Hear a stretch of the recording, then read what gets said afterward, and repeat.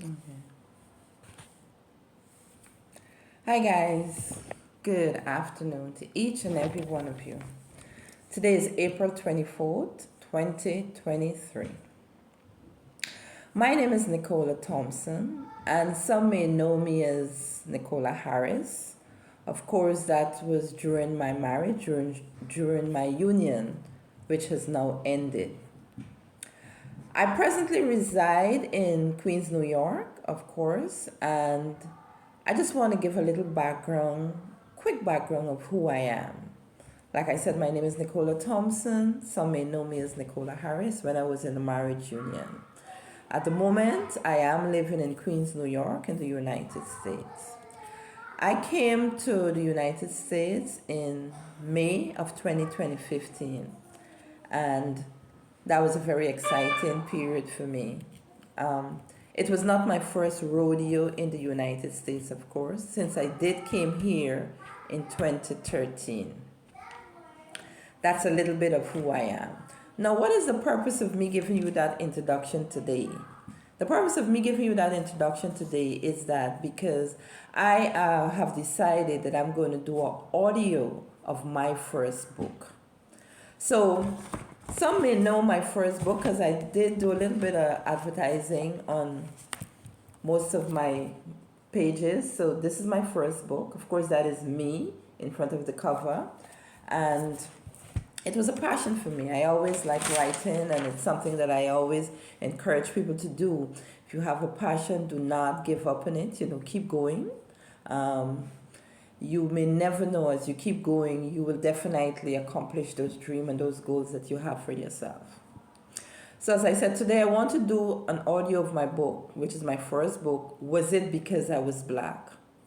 I remember it like I was yesterday.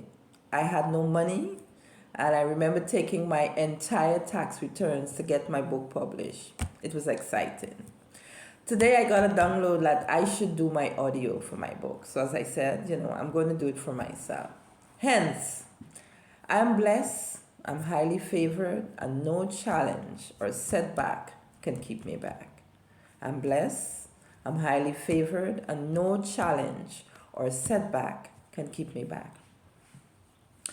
Writing has always, like I said, always been a passion of mine. It's always been one of that passion that I remember I used to write poems, and I had a cousin of mine check it, and she would say, okay, we got to do a little bit here with the grammar, structuring. It's always been one of my passions, right?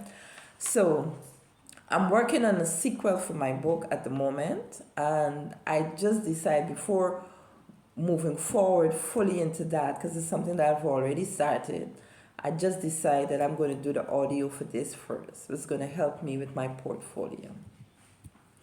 I want each audio to be 15 minutes. I don't want to go above 15 minutes because I don't want to bore you guys. I don't want you to get, lose focus.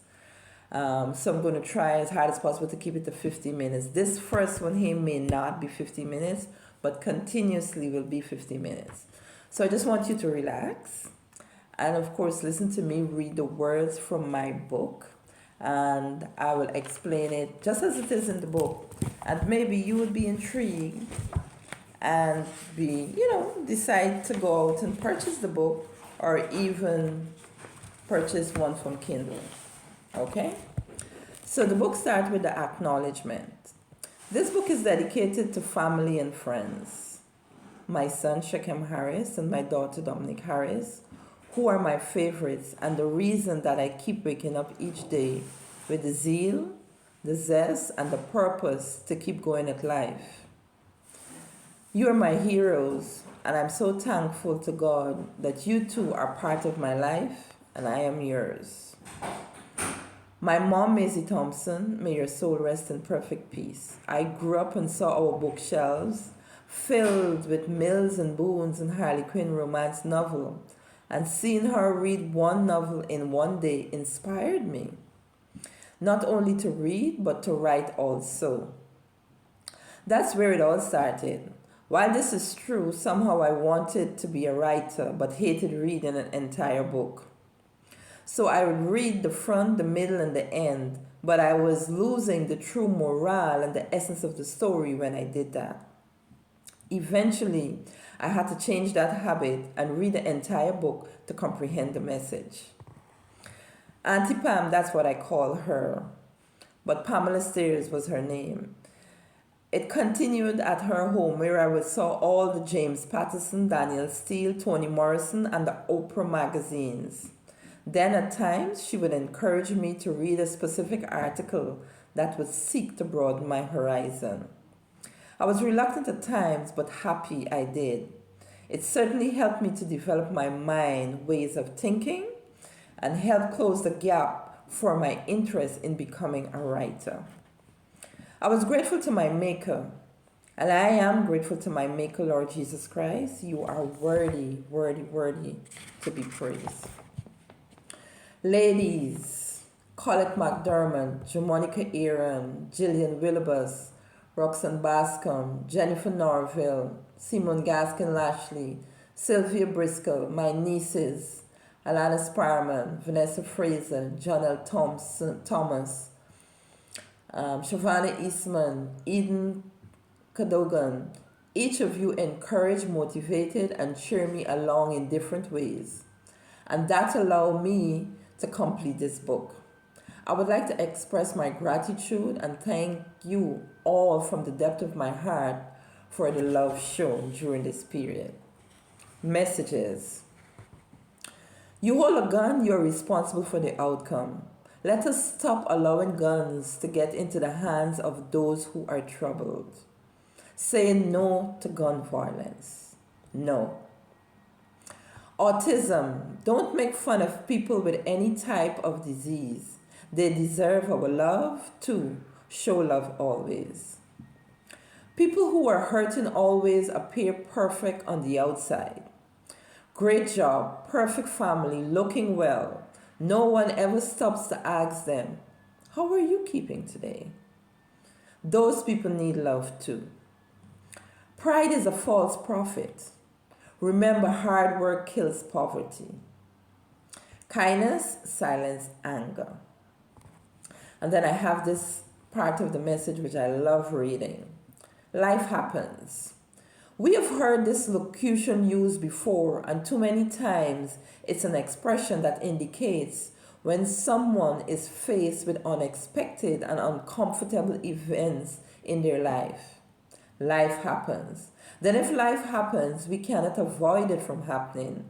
Maybe we should plan for it. Should we? Or should we not?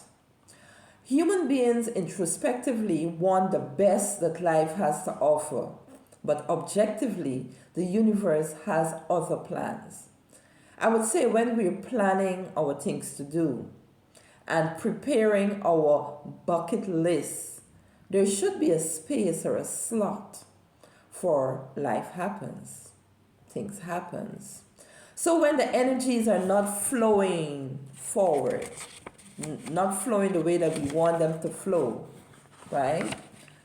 Flowing to us, and the disappointments are upon us, we would be able to put out our resources immediately and work on a solution. Pull out our resources immediately and work on a solution. One thing I've learned early and have used in my situations, when you are faced with adversity, don't fight it. Because if you do, it can affect you twice. First, from actually circumstances, and secondly, from trying to reject the inevitable. So just relax, take deep breaths. I know this will be hard to do, but ask yourself, do I have the right to try, or do I have the right to fail? Either way, it's your choice. Pray like if there is no tomorrow. I'm sure you will choose the first best decision you have made, since we all have the right to try and never give up. Always, whenever you're faced with certain circumstances, try to go within and get a solution. Always put great energies and it's bound to come back to you. Never be a quitter. Never ever be a quitter. It's hard to beat someone who never quits. Or it's hard to beat someone who was beaten before and would know the next time how to fight back positively. So I start now with chapter 1. Those were my messages, my acknowledgements. chapter 1. There she sat, captivated in her own world. As she shifted her head from side to side and closed her eyes, a smile appears. It's worth $1 million. Only she could explain the reason for that smile, and she was surely enjoying the moment. Then suddenly she was interrupted. Miss Sarah McKinney. She heard the name, and immediately the smile disappeared. Miss Sarah McKinney, and she heard it once again. You have a visitor, your daughter. Miss Keely Jefferson is here. Sarah, who was now a resident at the Freedom Nursing Home for the mentally challenged, opened her eyes widely. With a puzzled look, and then smirk appeared on her face from nowhere. Her actions were like a 3-year-old child. She bowed her voice. She bowed her head and shook it. No visitor. With her tongue slightly turned. No visitor for me. Because her tongue was slightly twisted, which indicated to the young, strange, vibrant nurse that she may have had a stroke. Her hands were slightly curved at the wrists, but her nails were clean and healthy looking. What a hard life, Nurse Shanice thought. A stroke and deemed mentally insane? Two very bad combinations. Please come and sit here, Miss McKinney, Nurse Shanice said. Look at what beautiful family you have. They have traveled all this distance just to see you. No, she cried once again. Keely sat with her husband, Brad, and daughter, Melissa, who was 8 years old. Keely looked at her mother, and the tears started to fall from her eyes on her cheek, and she felt helpless, since there was nothing she could do to help her mom. So she thought. Nurse Shanice saw the tears on Keely's cheek, and she walked over to the cabinet, took out some napkins, and immediately handed them to Keely, and she said to her, everything will be okay. Your mom is being cared for, and we will give her all the love necessary. So she changed so she can get better. There are 3 things you can give an ailing person other than medication: love, prayers, and faith to know that they will heal quickly. Keely was appreciating this strange nurse. She's so young, she murmured to herself. Her mom had brought her up well. Keely was looking at this nurse. Oh, such old soul. At the other end of the room, the nurse was filing away medical charts. Now, this is where I'm going to stop for this chapter for today, my reading for today.